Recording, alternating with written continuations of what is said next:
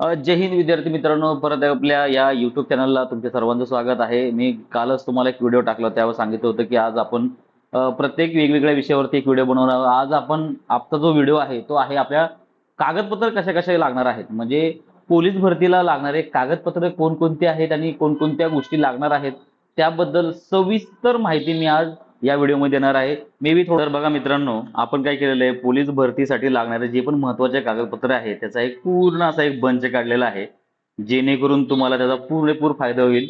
ह्याचा जो पूर्ण बंच आहे, मी काय करतो, आपल्या जे कम्युनिटी टॅब असेल किंवा आपलं जे कम्युनिटी टॅब आहे जिथे आपण पोस्ट करतो त्या पोस्टमध्ये सुद्धा हे मी अपलोड करून टाकतो.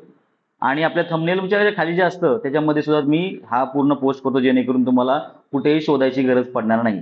तर बघा, पहिल्यांदा काय लागतं मित्रांनो, 10वीचं तुम्हाला गुणपत्रिका लागतं किंवा बोर्ड सर्टिफिकेट. या दोन गोष्टी दोन्हीपैकी एक लागतं. हे दोन्ही असतील जवळ ठेवायचे, स्वतःला जवळ ठेवायचे आणि प्रत्येकाच्या दोन दोन कॉप्या करून ठेवायच्या.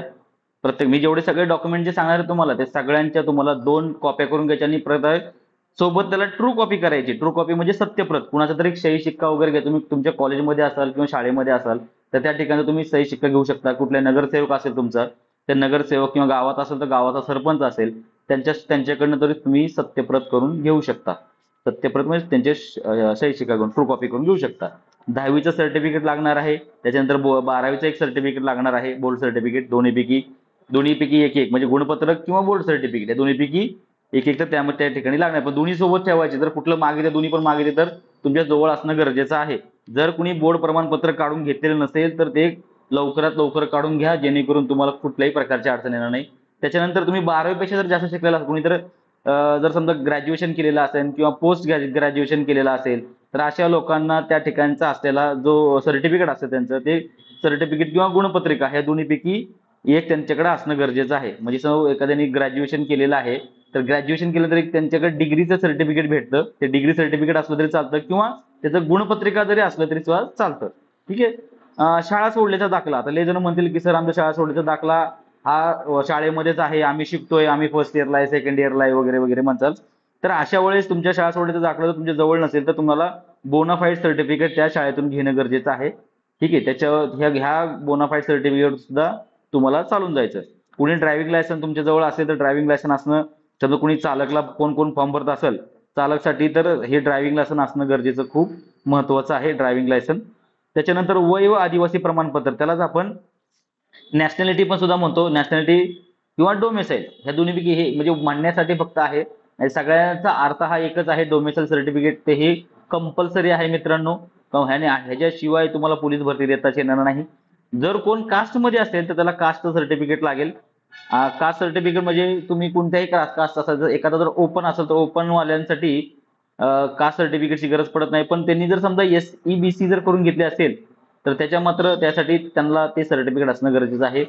आणि नॉन क्रिमिनल सुद्धा गरजेचं आहे. जर आपले NTC NT वाले जे वर्ग आहेत त्यांच्यासाठी नॉन क्रिमिलियर खूप महत्वाचं आहे, ते सुद्धा तुम्ही लवकरात लवकर काढून घ्या. आर्थिकदृष्ट्या दुर्बल प्रमाणपत्र म्हणजेच EWS गेल्या वेळेस पण माहिती आहे. EWS म्हणजे काय याबद्दलचा पण व्हिडिओ आपण आपल्या चॅनलवरती टाकलेला आहे. जर आपल्या चॅनलवर सापडला नाही, तुम्ही सरळ EWS म्हणजे काय असं जरी युट्यूबला टाकलं, तुम्हाला सर्व गोष्टी माहिती पडून जातील. तुम्ही जर त्या कॅटेगरीमध्ये येत असाल तर तुम्ही EWS सर्टिफिकेट तुमच्याकडे असणं गरजेचं आहे. जर एखादी महिला ओपन म्हणजे खुल्या वर्गातली असेल तर खुल्या वर्गातल्या महिलांसाठी 30% आरक्षणाच्या सवलतीचं प्रमाणपत्र असतं महिला आरक्षणाचं, तर ते एक सर्टिफिकेट त्यांच्याकडे असणं गरजेचं आहे. हे आहे महिलांसाठी मित्रांनो, ही महिलांसाठी आहे. आता ह्याबद्दल कुणाला काय अडचण असेल तुम्ही डायरेक्ट मला कमेंट करा, मी तुम्हाला त्याबद्दलचा प्रश्नाचं उत्तर द्यायचा प्रयत्न करतो. त्याच्यानंतर भूकंपग्रस्त असतील, कोण प्रकल्पग्रस्त असतील. आता भूकंपग्रस्त आणि प्रकल्पग्रस्त म्हणजे काय, तर भूकंपग्रस्त म्हणजे बघा की आपल्या धाराशिवला म्हणजे आधी लातूर, म्हणजे आता जे धाराशिव नाव आहे, तर त्या जिल्ह्यामध्ये आधी 1992च्या साली जो भूकंप आला होता, तिथं भूकंपग्रस्त मध्ये भरपूर म्हणजे घरं किंवा जमिनी भरपूर गोष्टी गेलेल्या होत्या. तर अशा ठिकाणी तुम्ही जे जिल्हा पुनर्वसन अधिकारी आहे यांच्याकडून ते प्रमाणपत्र घेऊ शकता. प्रकल्पग्रस्त म्हणजे काय, तर प्रकल्प वेगवेगळ्या प्रकारचे असू शकतात किंवा धरणामध्ये कोणाची जमीन गेलेली असेल का त्याच्याबद्दलचा तुम्ही एक सर्टिफिकेट तुम्ही बनवून घेऊ शकता. तर अशा प्रकारचे जे आहेत, ज्यांच्या कोणाकडे असेल त्यांच्यासाठी वेगळ्या जागा निघतात. बघा, कधी पण तुम्ही बघित असाल तर भूकंपग्रस्त प्रकल्पग्रस्तांच्या ह्या जागा वेगवेगळ्या निघल्या जातात. ठीक आहे. त्यातल्या त्यात जर स्पोर्ट्समध्ये पण असेल, ते स्पोर्ट्स वाल्यांसाठी सुद्धा विभागीय म्हणजे उपसंचालक यांच्याकडून पडताळणी केलेली, म्हणजे तुमचं व्हेरिफिकेशन केलेलं सर्टिफिकेट असणं गरजेचं आहे. जर एखादा खेळाडू असेल तर अशा व्यक्तींसाठी जे त्यांचं जे प्रमाणपत्र असतं ते प्रमाणपत्र व्हेरिफिकेशन केलेलं असणं गरजेचं आहे. ठीक आहे. आणि ह्याच्यामध्ये जर समजा कोण होमगार्डमध्ये असेल तर त्यांना 3 वर्ष पूर्ण झालेली आहेत. 3 वर्षातले सुद्धा 1095 दिवस त्यांचे भरलेले आहेत. अशा लोकांना एक प्रमाणपत्र दिलं जातं. त्याच्यामुळं त्यांना 5% आरक्षण मिळतं. तर ह्या 5% आरक्षणासाठी ते सर्टिफिकेट तुमच्याकडे असणं गरजेचं आहे. आणि ज्यावेळेस तुम्ही अर्ज करता तर त्यावेळेस होमगार्ड आहे असं टिक करणं गरजेचं आहे. जसं तुम्ही जर स्पोर्ट्समध्ये असेल स्पोर्ट्समनसाठी टिक करणं गरजेचं आहे. प्रकल्पग्रस्त भूकंपग्रस्त असले तर त्याला टिक करणं गरजेचं. प्रत्येकाला एक राखणी दिलेली असते ते टिक करणं गरजेचं आहे. त्यातल्या त्यात तुम्ही जर ईडब्ल्यूएस असेल त्याच्यामध्ये पण सगळ्या गोष्टी नमूद केलेल्या आहेत बघा मित्रांनो. त्या गोष्टी तुम्ही टिक करणं गरजेचं आहे. फॉर्म भरताना व्यवस्थित आणि नीट काळजीपूर्वक भरणं गरजेचं आहे. ते अंशकालीन पदवीधर जे प्रमाणपत्र आहे हे सुद्धा गरजेचं आहे. तर अंशकालीन पदवीधर म्हणजे काय याबद्दलचा एक सेपरेट मी व्हिडिओ आपल्या या चॅनलला टाकलेला आहे. तुम्ही जाऊन चेक करू शकता. त्याच्यामुळे ह्याच्यासाठी वेगळं काय सांगायची गरज नाहीये. पोलीस पाल्य प्रमाणपत्र. आता हे पोलीस पाल्य प्रमाणपत्र म्हणजे काय याबद्दलचा आपण एखादा सेपरेट व्हिडिओ बनवूयात. पण जे पोलीस पाल्य जे आहेत ज्यांना माहिती आहे त्यांच्याकडे पोलीस पाल्य प्रमाणपत्र असणं गरजेचं आहे आणि त्या ठिकाणी तुम्ही अर्ज भरताना तशी नमूद करणं गरजेचं आहे. जर एखादा व्यक्ती माजी सैनिक आहे जे आर्मीमध्ये रिटायर झालेले आहेत आणि रिटायर झाल्यानंतर त्यांना परत पोलीस भरतीमध्ये त्यांना यायचं आहे तर अशा ठिकाणी माजी सैनिकांना डिस्चार्ज कार्ड, आर्मी ग्रॅज्युएशन व तत्सम प्रमाणपत्र असणं त्यांच्याकडे गरजेचं आहे. आणि तशा प्रकारची फॉर्म भरताना त्यांनी मेन्शन करणं सुद्धा गरजेचं आहे.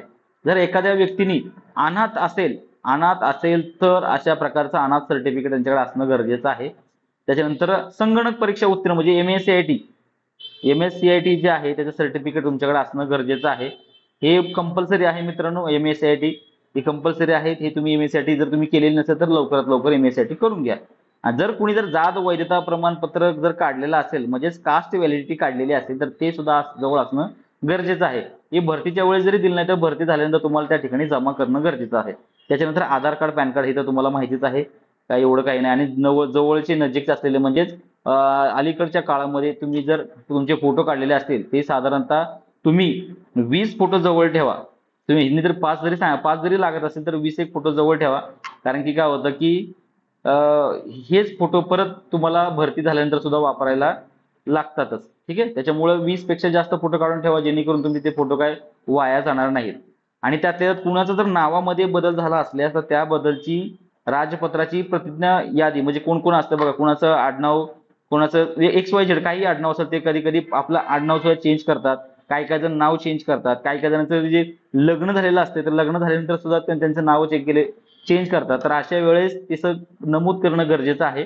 आणि त्या प्रकारची जी प्रत आहे ती शासकीय प्रत ती त्या ठिकाणी जोडणं गरजेचं आहे. ठीक आहे. अशा प्रकारचेच आहेत बघा मित्रांनो. आणि ह्याच्यामध्ये तुम्ही कुठल्या ह्याच्यामध्ये बसताय त्या चेक करून त्या प्रकारचे प्रमाणपत्र तुम्ही तुमच्या 2 ते 3 वेगवेगळे झेरॉक्सचे बंच करून ठेवा जेणेकरून तुम्हाला प्रत्येक म्हणजे समजा तुम्ही 5 ठिकाणी फॉर्म भरू शकता. 5 ठिकाणी कोणकोणते तर एक आहे चालक पद, SRPF आहे, बॅट्समन आहे, त्याच्यानंतर जनरल पोलीस आहे आणि एक जे कारागृह आहे. असे 5 ठिकाणी वेगवेगळ्या तुम्ही फॉर्म एकाच मेल आयडी वरती 5 फॉर्म वेगवेगळे भरू शकतात. तर अशा वेळेस तुम्ही 2 झेरॉक्सच्या ऐवजी 5 झेरॉक्स मारून ठेवा जेणेकरून तुम्हाला प्रत्येक ठिकाणी एक बंच द्यायला काही हरकत पडणार नाहीये. अशा प्रकारचे तुम्हाला सगळे जे आहेत प्रमाणपत्र जे आहेत पूर्ण त्या सगळ्या गोष्टी जवळ ठेवणं गरजेचं आहे. हे जी पूर्ण आहे मी आपल्या पोस्ट या युट्यूबच्या चॅनलवरती आपण टाकून देतो जेणेकरून तुम्हाला फायदेशीर पडेल. ठीक आहे. आजचा